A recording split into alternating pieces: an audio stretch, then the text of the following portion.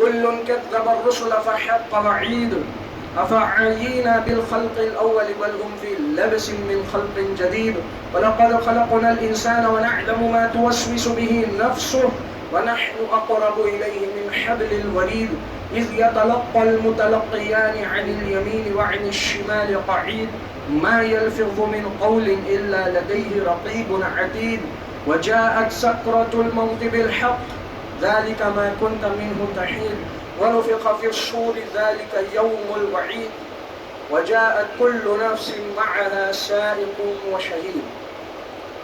قال الله تبارك وتعالى في القرآن المجيد أعوذ بالله من الشيطان الرجيم يا أيها الناس أنتم الفقراء إلى الله والله هو الغني الحميد. قال الله سبحانه وتعالى وقال ربكم ادعوني استجب لكم ان الذين يستكبرون عن عبادتي سيدخلون جهنم داخرين.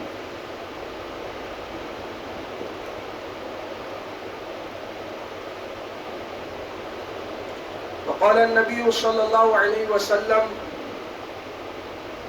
ليس شيء اكرم على الله من الدعاء. وقال النبي صلى الله عليه وسلم الدعاء هو العبادة كفضل الدعاء.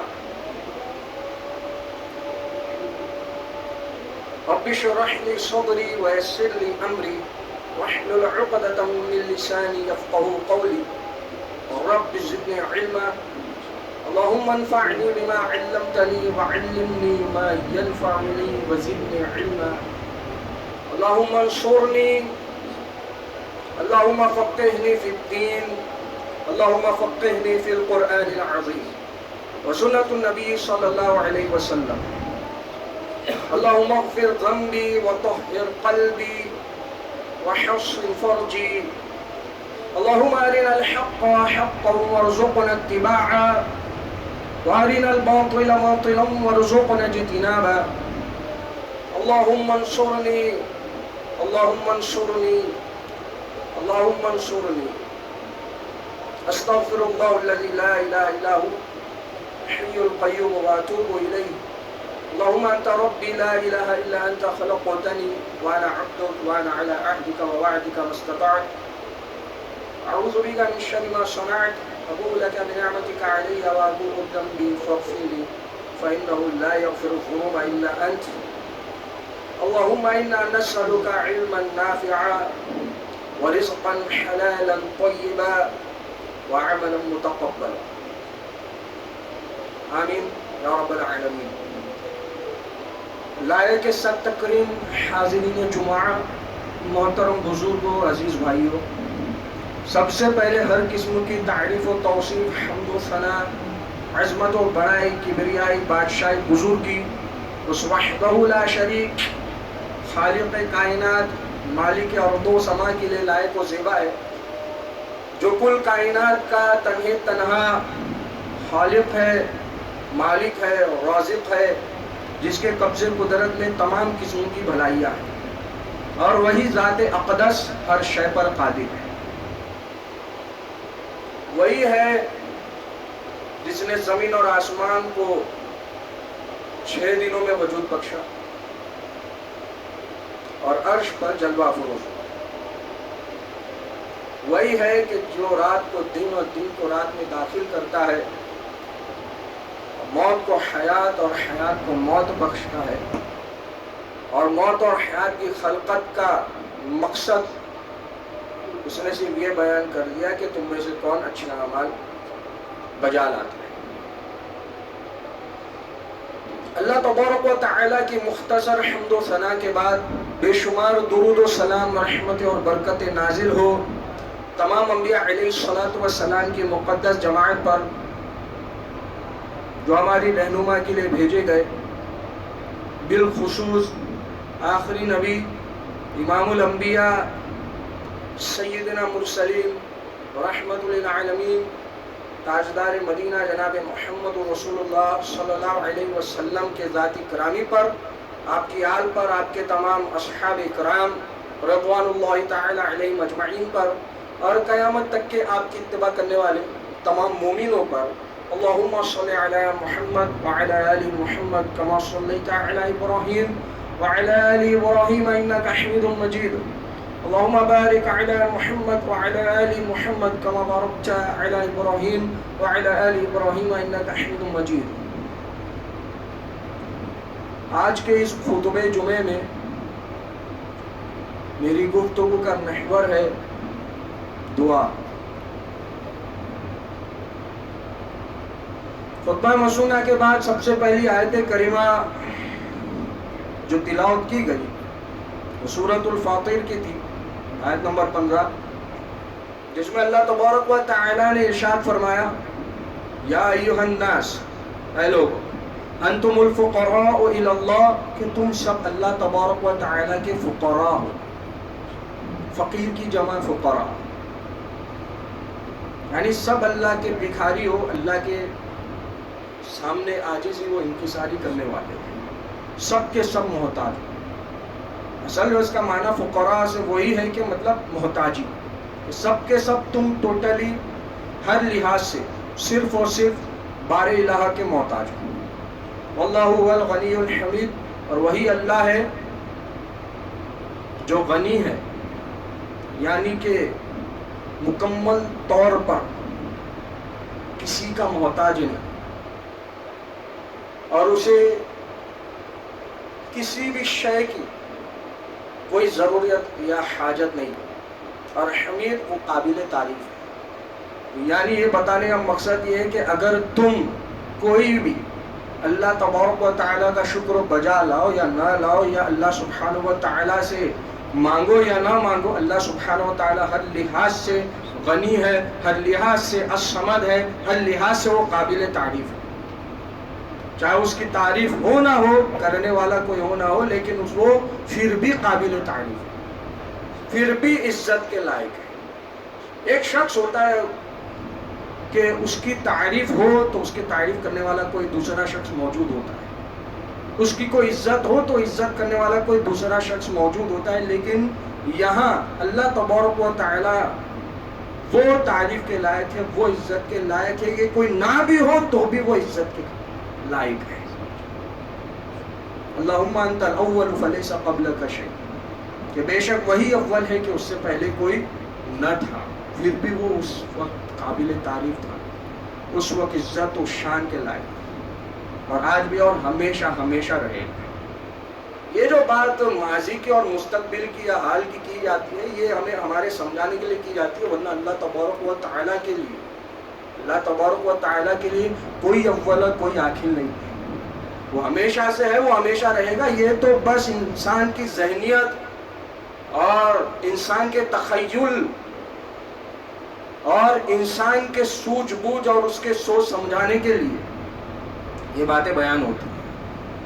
یعنی اللہ تبارک و تعالیٰ تمام مثالیں دے کر کے سمجھاتا ہے، ورنہ اللہ سبحانہ و تعالیٰ کو کوئی چیز کی، کوئی ٹائمنگ کی یا کوئی اوقات کی یا تو کوئی ماضی مستقبل کی یا حال کی کسی شے کی ضرورت نہیں ہے. وہ ہر لحاظ سے الصمد، ہر لحاظ سے وہ بے نیاز ہے، اسے کسی شے کی ضرورت نہیں.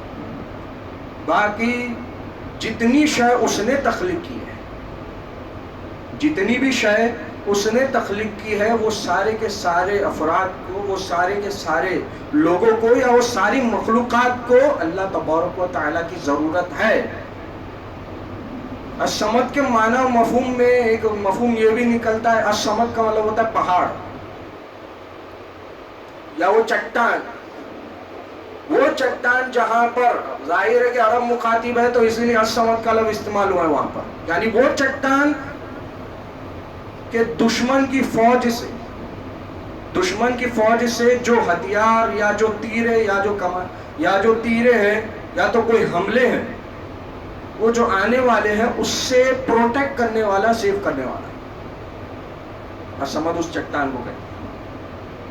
دشمن کی فوج سے، دشمن کے تمام حملوں سے جو سیف رکھے، جو پروٹیکٹ کرے، لیکن اس کے عوض میں کوئی چیز نہ لے. چٹان ظاہر ہے کہ سیف تو کر رہا ہے لیکن اس کے عوض میں کچھ لے نہیں رہا. یہی الصمد کا مفہوم ہے. اب ظاہر ہے کہ وہ مخاطب ہے، جنگجو تھے، اس وجہ سے اللہ تبارک و تعالیٰ نے اس لحاظ سے اپنا تعارف ان کو کروا، اللہ الصمد، کہ اللہ اس طرح سے الصمد ہے، بے نیاز ہے. تو جب وہ بے نیاز ہے، اسے کسی شے کی ضرورت نہیں، تو ظاہر ہے کہ اس نے جو بنایا ہے، اس نے جو چیز تخلیق کی ہے، وہ سب کے سب اس کے محتاج ہیں. ہر ایک شے کو صرف اور صرف اسی کی ضرورت ہے، کیونکہ وہ جانتا ہے کہ اس نے کس طرح سے یا کس مرحلے سے گزارتے ہوئے انسان کی تخلیق کی ہے. تو انسان کا اچھا برا، انسان کی ہر چیز یا انسان آگے کیا کرنے والا ہے، اس کا بھی علم صرف اور صرف اللہ سبحانہ و تعالیٰ. جیسے میں بتایا، ماضی حال مستقبل صرف ہمارے لیے، اللہ کے لیے نہیں. لیکن وہ جانتا ہے کہ ہمارا ماضی کیا ہے، ہمارا حال کیا ہے اور مستقبل کیا ہے. اسی لیے اس نے کہا ہے کہ تم اپنا مستقبل یا ماضی کی سارے گناہ کو معاف کروانے کے لیے، یا مستقبل میں جو تمہاری ضروریات ہے اسے درست کروانے کے لیے تم کس سے مخاطب رہو؟ صرف اور صرف اللہ تبارک و تعالیٰ سے. اس لیے جناب محمد رسول اللہ صلی اللہ علیہ وسلم نے ارشاد فرمایا، اذا سألت فاسأل اللہ واذا استعنت فاستعن باللہ، کہ جب بھی سوال کرنا ہو تو صرف اور صرف اللہ تبارک و تعالیٰ سے کرو، اور جب بھی مدد طلب کرنی ہو تو اللہ تبارک و تعالیٰ سے کرو. کیونکہ وہی ہے کہ اگر کوئی شے تمہیں تکلیف دینا چاہے، اگر کوئی مخلوق تمہیں نقصان پہنچانا چاہے، لیکن اللہ تبارک و تعالیٰ کی مرضی نہ ہو، یعنی اللہ نے تمہارے مقدر میں وہ آزمائش یا مصیبت یا تکلیف نہ لکھا ہو، تو وہ چاہے کتنی بھی کوشش کر لے، اس کی کوشش ناکام ہو جائے، وہ تمہیں نقصان پہنچا ہی نہیں سکتا. یا کوئی چاہے کتنا ہی فائدہ پہنچانا چاہے، لیکن تمہارے مقدر میں اللہ تبارک و تعالیٰ نے لکھ دیا ہے کہ وہ فائدہ تمہیں نہ پہنچے، تو پھر وہ فائدہ تمہیں پہنچنے والا نہیں ہے. لیکن یہاں پر انسان کی سائیکولوجی یہ بولتی ہے اچھا مطلب فائدہ پہنچے، اور اللہ تبارک و تعالیٰ اس فائدے کو نہ پہنچنے دے، یہ کیسا مطلب مانگتا ہے؟ لیکن ایک بات جان لو کہ بیدی الخیر، اللہ تبارک و تعالیٰ کے ہاتھ میں تمام لوگوں کا خیر. اگر فائدہ نہیں بھی ہو رہا ہے تو اس کے پیچھے بھی وجوہات ہیں. اگر فائدہ نہیں بھی ہو رہا ہے تو اس کے پیچھے بھی وجوہات ہے. مثلا ایک شخص ہے، ایک بچہ ہے، یا چلو اس نے 10ویں پاس کر لیا ہے اور ابھی وہ کالج جا رہا ہے، تو وہ اپنے والد سے طلب کرتا ہے کہ مجھے کالج جانے کے لیے بائک دلا دو. لیکن اس کا والد یہ جانتا ہے کہ اگر اسے بائک دلا دیا گیا تو پھر یہ خود بھی ٹھکے گا، اس کا بھی نقصان ہوگا، اور وہ سامنے والے کا بھی نقصان کر سکتا ہے، اور جو چیز دلائے وہ بھی اس کا بھی نقصان ہو سکتا ہے. خیر بائک کا نقصان ہو یا نہ ہو، اسے اس کی پرواہ نہیں ہے. لیکن والد کو پرواہ ہے کہ کہیں میرے بیٹے کو کوئی نقصان نہ پہنچے یا اذیت نہ ہو، یا وہ کسی دوسرے کی اذیت کا ذریعہ نہ بن جائے، کسی دوسرے کی تکلیف یا مصیبت کا یا آزمائش کا ذریعہ نہ بن جائے. اسی لیے اس بنا پر والد صاحب جو ہے اسے بائک نہیں دلاتے. لیکن اگر وہ یہ کہے کہ میری آرزو یا تمنا میرے باپ جو ہے یا میرے والد جو پوری نہیں کر رہے، تو پھر یہ اس کی بے وقوفی ہے. وہی معاملہ اللہ تبارک و تعالیٰ کے کہ اللہ سبحانہ و تعالیٰ سے جو دعا طلب کی گئی ہے، اگر وہ قبول نہیں ہو رہی تو اس پر اللہ تبارک و تعالیٰ کی کوئی مصلیت ہے. کہ اللہ سبحانہ و تعالیٰ جانتا ہے کہ اگر بندے کی یہ دعا اگر میں قبول کر لوں تو آگے جا کر یہ فائدہ اس کے لیے بہت بڑا نقصان کا باعث بھی ہو سکتا ہے. اس لیے اللہ تبارک و تعالیٰ قبول نہیں کر رہا. اور قبولیت کے 4 درجے، 4 طریقوں سے اللہ تبارک و تعالیٰ، 4 میں سے کوئی ایک طریقے سے اللہ تبارک و تعالیٰ بندے کی دعا قبول کرتا ہے. حضرت ابو سعید خدری رضی اللہ تعالیٰ عنہ روایت کرتے کہ رسول اللہ صلی اللہ علیہ وسلم نے ارشاد فرمایا کہ جب بندہ دعا کرتا ہے اور اس کی دعا میں گناہ اور قطع رحمی نہ ہو، یعنی کوئی ایسی دعا نہ ہو جس میں جو ہے قطع رحمی ہو، یا جس میں جو ہے اللہ تبارک و تعالیٰ کی ناراضگی ہو، یا محمد رسول اللہ صلی اللہ علیہ وسلم نے جس چیز کو حرام کرا دیا ہو.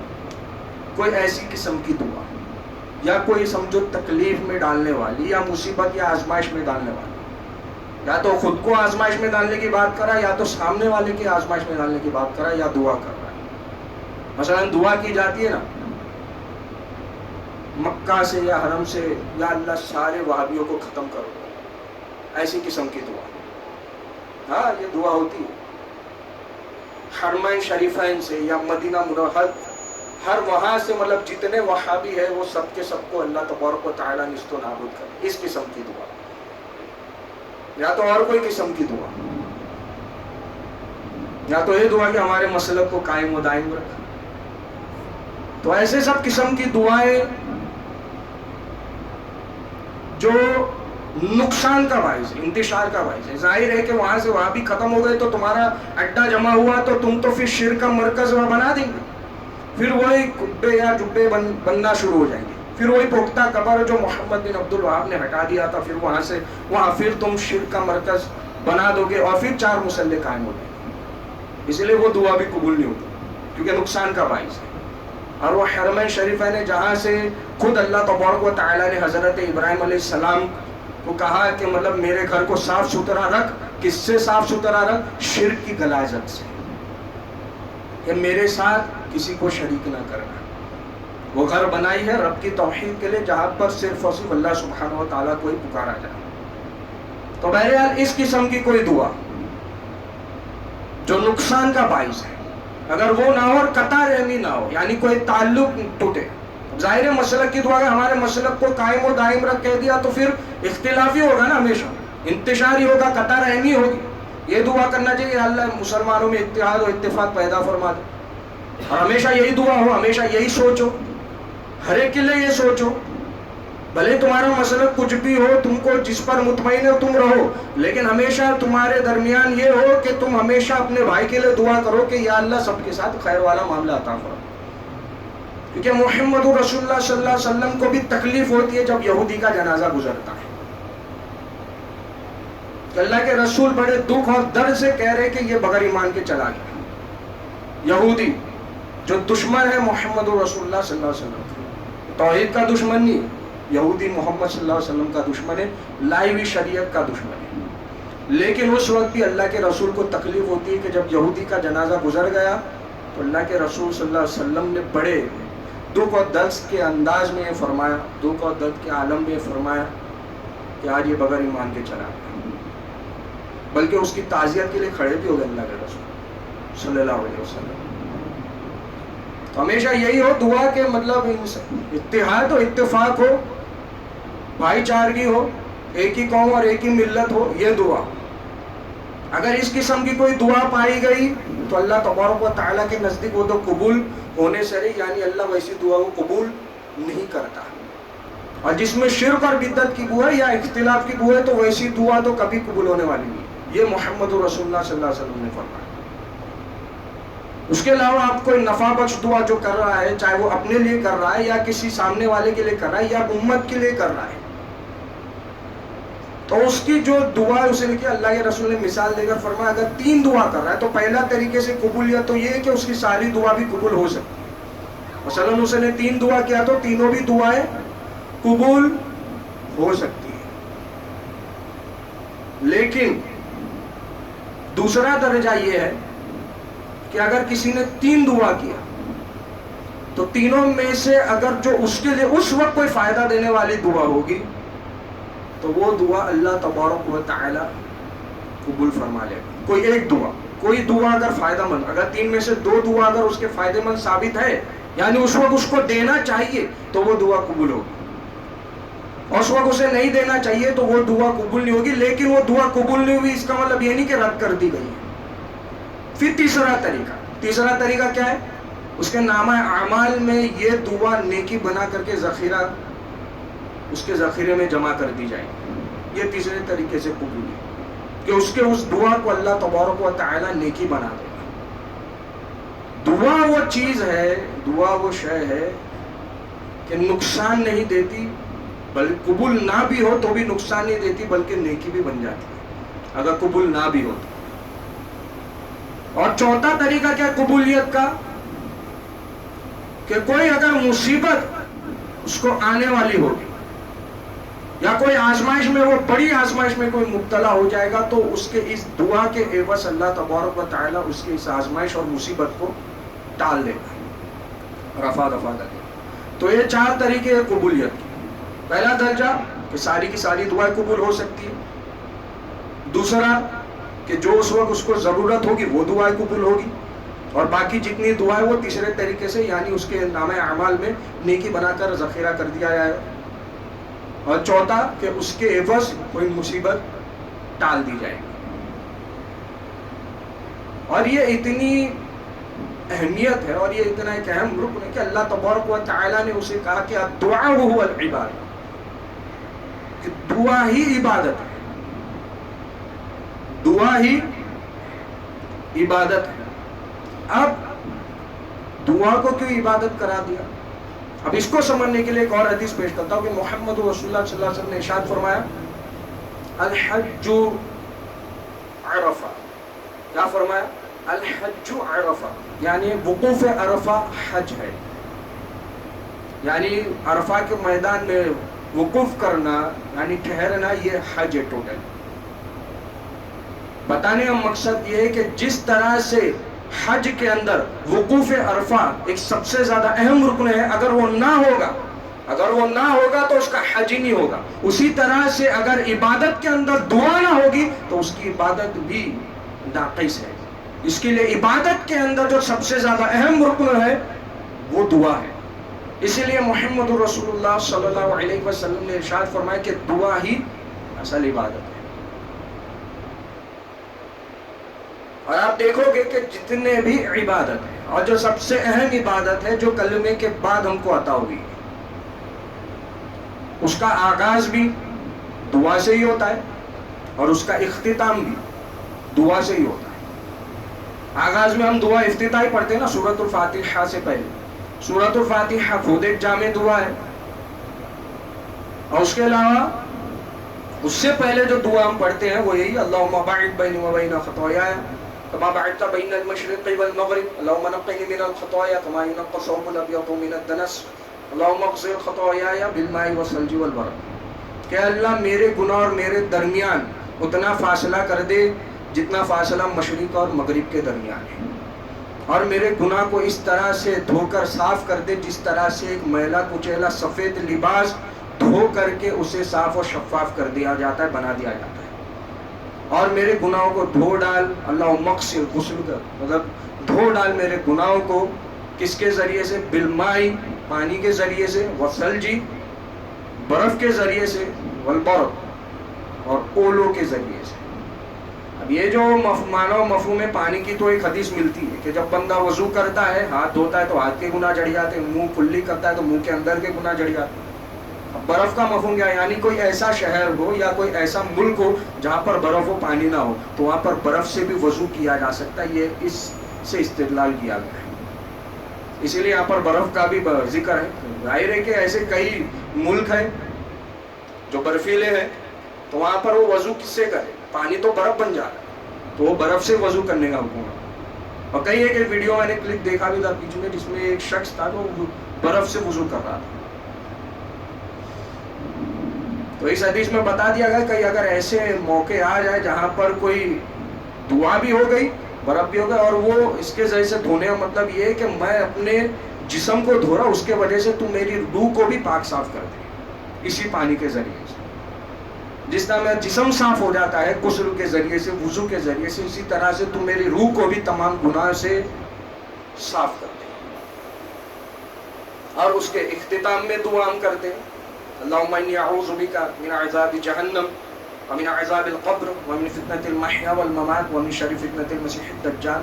اللہ کے رسول صلی اللہ علیہ وسلم ہمیشہ آپ کی دعا ہوتی، یعنی سلام آپ تب تک نہیں پھیرتے جب تک کہ 4 دعا نہ کر لیتے، یعنی ہر چاہے وہ فرض ہو یا سنت ہو یا نوافل ہو یا وتر ہو یا کوئی بھی تراویح کی تہجد کی نماز ہو، ہر نماز میں آپ کا معاملہ رہتا کہ آپ سلام پھیرنے سے پہلے 4 دعا کرتے ہیں اللہم انی اعوذ بک من عذاب جہنم ومن عذاب القبر ومن فتنة المحیا والممات ومن شر فتنة المسیح الدجال۔ تو جو اہم رکن جو عبادت ہے یعنی جو اسلام کا اہم رکن ہے، یعنی جو سب سے پہلے جس کو کلمے کے بعد عملی جامہ پہنانے والی جو عبادت ہے وہ نماز ہے، اس کا بھی آغاز دعا سے ہو رہا ہے اور اس کا بھی اختتام دعا ہے. ٹوٹلی جو جوڑنا ہے دعا کے ذریعے سے وہ اللہ سبحانہ و تعالیٰ سے جوڑنا ہے.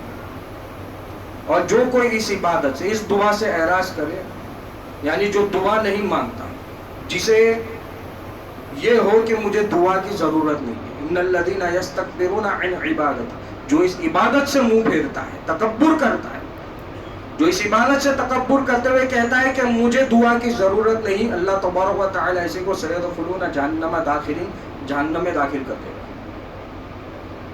اور یہ وہ چیز ہے، یہاں تو لوگ مانگنے سے ناراض ہوتے ہیں، لیکن اللہ تبارک و تعالی وہ ہے کہ جو بندہ اس سے دعا نہیں کرتا اللہ تبارک و تعالی اس سے ناراض ہوتا ہے. دعا نہ کرنے والوں سے اللہ سبحانہ و تعالی ناراض ہوتا ہے، اور دعا کرنے والوں سے اللہ سبحانہ و تعالی بہت خوش ہوتا ہے. اسی اللہ کے رسول نے کہا کہ جب بھی دعا مانگو تم اپنے رب سے مانگ رہے ہو تو کثرت سے دعا مانگو، زیادہ سے زیادہ دعا تم مانگا کرو اللہ تبارک و تعالی سے، کیونکہ یہ دعا وہ چیز ہے، یہ دعا وہ شے ہے کہ لا یقدر لا يرد القضاء الا الدعاء، کہ تقدیر کو بدلنے والی چیز جو ہے سوائے دعا کے اور دوسری کوئی چیز نہیں. لا يرد القضاء الا الدعاء. ظاہر ہے کہ کوئی مصیبت آنے والی ہو مقدر میں، وہ اسی دعا کے ذریعے سے ٹل جاتی ہے. کوئی بیماری آنے والی ہو وہ اسی دعا کے ذریعے سے ٹل جاتی ہے. کہیں اگر انسان پھنس جائے تو وہاں پر یہ دعا، یا پھنسنے والا ہوگا تو وہ اس دعا کے ذریعے سے دعا اگر کر رہا ہوگا تو اسی دعا کی برکت سے یا اسی دعا کے عوض وہ اس مشکل سے نکل جاتا ہے.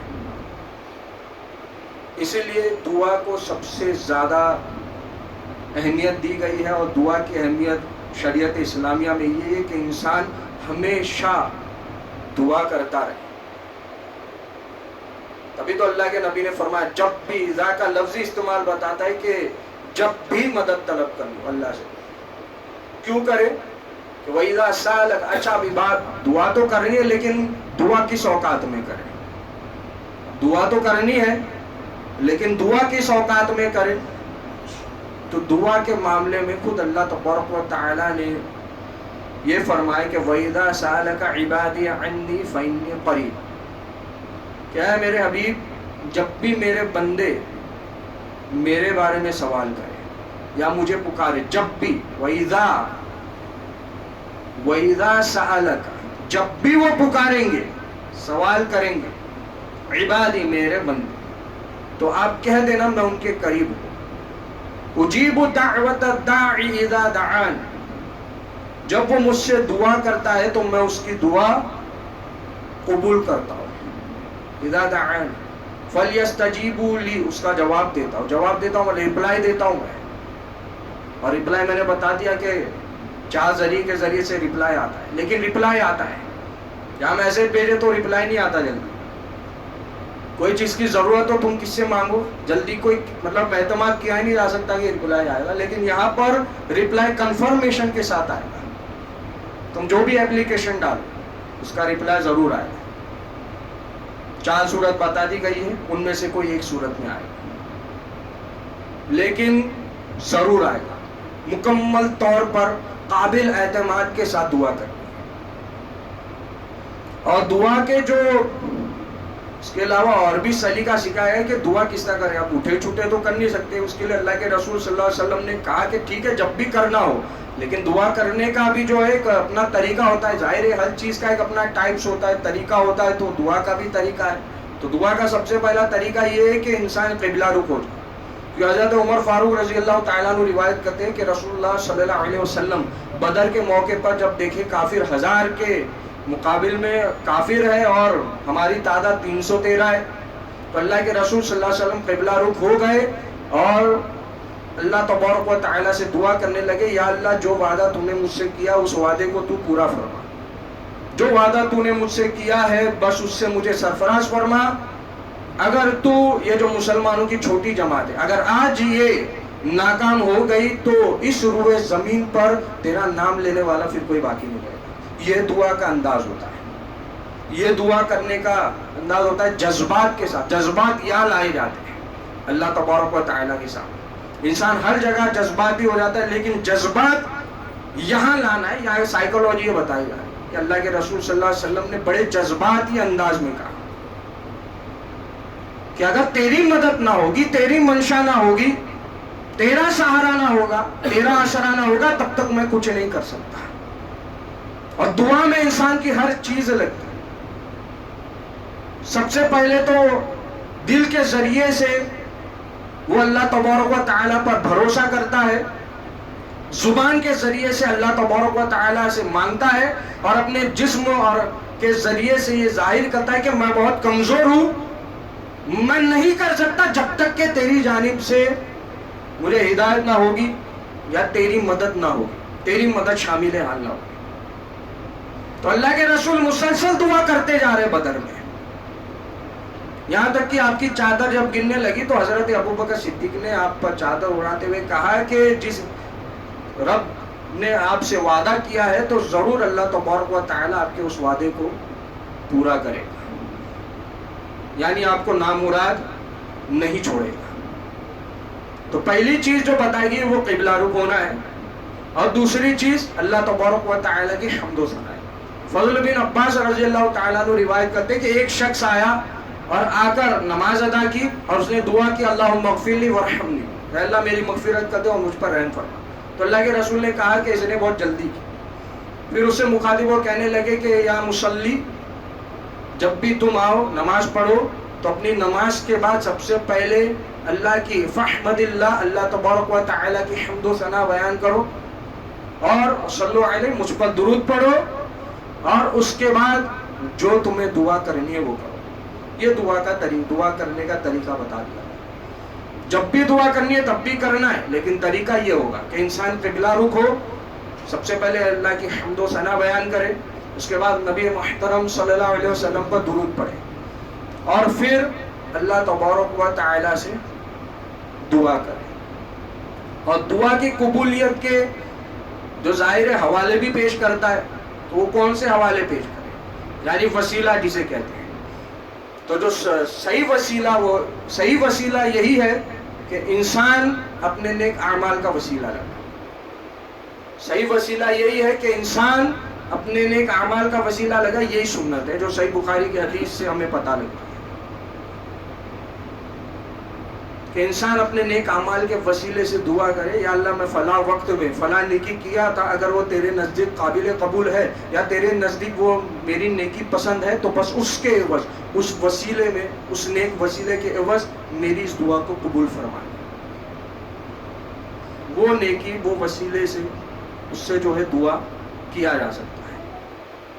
دعا میں اس طرح کا وسیلہ ہوگا, لیکن اس سے پہلے مکمل طور پر قابل اعتماد ہونا ضروری ہے کہ میں مانگ رہا ہوں تو اس رب سے مانگ رہا ہوں کہ جس کے خزانے کبھی خالی ہونے والے نہیں ہیں, اور جس کے خزانے میں اتنی بھی کمی ہونے والی نہیں ہے کہ اگر سوئی کو سمندر میں ڈبا کر نکالا جائے اور سوئی میں جتنا پانی لگا ہوگا یا جتنا ہلکا قطرہ لگا ہوگا اتنی بھی کمی واقع نہیں ہونے والی اللہ کے خزانے میں.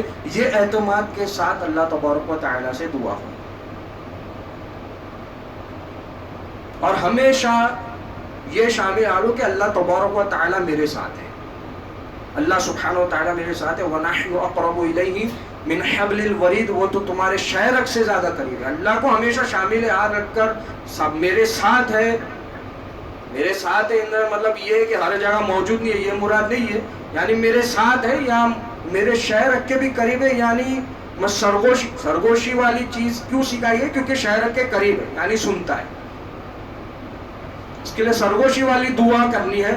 ادعوا ربکم تضرعا وخفیا, کہ تم خفیہ طور پر چھپ کے سرگوشی کے انداز میں تضرعا, اور بہت زیادہ عاجزی اور انکساری, اور بہت زیادہ اپنے جسم کو کمزور کرتے ہوئے, کمزور بناتے ہوئے اپنے دل و دماغ, یعنی مکمل طور پر ایک تھکا رہا آدمی کس طرح ہوتا ہے, اگر وہ تھکا رہا ہو اور اسے پانی نہیں دیا جائے کافی اوقات تک کے, تو اس کی جو حالت ہو جاتی ہے, جو پوزیشن ہو جاتی ہے کہ اس کی بی پی لو ہو جاتی ہے, مطلب اس انداز میں جس کی بی پی لو ہوئی, مطلب بتانے کا مطلب یہ ہے کہ جو آدمی بہت زیادہ اس وقت کمزور ہو جاتا ہے, اس کا جسم اس کے اختیار میں نہیں رہتا, اس وقت گر جاتا ہے وہ زمین پر.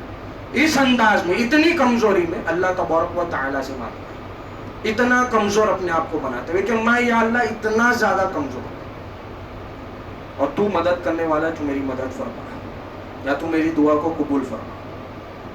اور مانگ رہا ہے تو بادشاہ حقیقی کے سامنے, اسی لیے ہاتھ پھیلا کر مانگ رہا ہے, کیونکہ اللہ کے رسول کی حدیث ہے حضرت سلمان فارسی سے کہ جو اپنے رب کے سامنے ہاتھ پھیلا کر مانگتا ہے, جو اپنے رب کے سامنے ہاتھ پھیلا کر دعا مانگتا ہے, تو اللہ تبارک و تعالیٰ کو شرم آ جاتی ہے, حیا آ جاتی ہے. بے شک اللہ بہت بڑا حیا دار ہے, اور اسے حیا آ جاتی ہے کہ وہ اس بندے کو خالی ہاتھ لوٹا دے جس نے اس کے سامنے ہاتھ پھیلا کر کے دعا مانگا ہے. بعض لوگ جو منہ میں پھیرتے ہیں, وہ منہ میں پھیرنے والی روایت کہیں نہیں, وہ ضعیف روایت ہے کہ دعا مانگے اور منہ میں پھیر لیا. منہ میں پھیرنے والی جو روایت ہے وہ یہی ہے کہ اللہ کے رسول صلی اللہ علیہ وسلم جب بھی کسی شے سے پناہ طلب کرتے تو اللہ کے رسول دعا وہ پڑھتے اور دھتکاتے اور پھر اس کے بعد تب منہ میں ملتے. تو وہاں پر وہ حدیث ہے, ہر جگہ ایسا نہیں کہ دعا مانگے اور پھیر لیے ہاتھ, ایسا نہیں. یعنی جس کسی چیز سے پناہ طلب کی گئی ہے تو وہ پناہ طلب کرنے کے بعد ظاہر ہے کہ آپ جو پڑھے ہیں اس کی کیا کہتے ہیں, لعاب بنا ہے, وہ پاکیزہ لعاب بنا ہے جو آپ نے پناہ طلب کی ہے, وہ ظاہر ہے وہ آپ دھتکاتے ہو, پھر اسے ملتے ہو, پھر اپنے چہرے پہ ملتے ہو, ہاتھوں میں ملنے کے بعد پھر اسے اپنے پورے جسم پر ملتے ہو پروٹیکشن کے لیے.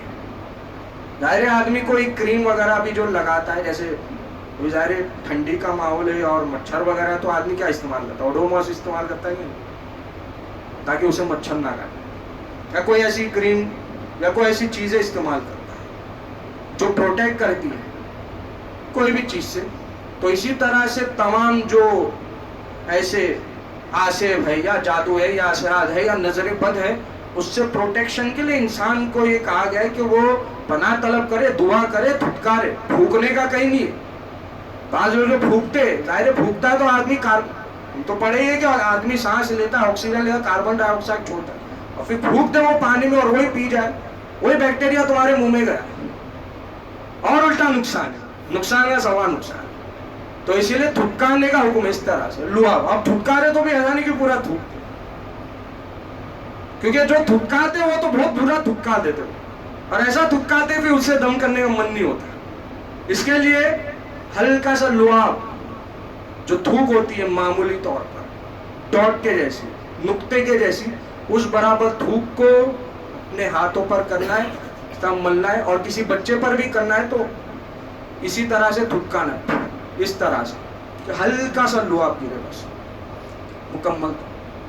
بس یہی طریقہ ہے محمد رسول اللہ صلی اللہ علیہ وسلم کا, کہ اللہ کے رسول صلی اللہ علیہ وسلم پناہ بھی طلب اسی طرح کیا کرتے ہیں اللہ تبارک و تعالیٰ سے. تو بہرحال دعا کے متعلق یہ کچھ چند باتیں اللہ تبارک و تعالیٰ سے اس دعا ہے جو سنا گیا, اللہ تبارک و تعالیٰ ہمیں اس پر عمل کرنے کی توفیق عطا فرمائے. اب کثرت سے اللہ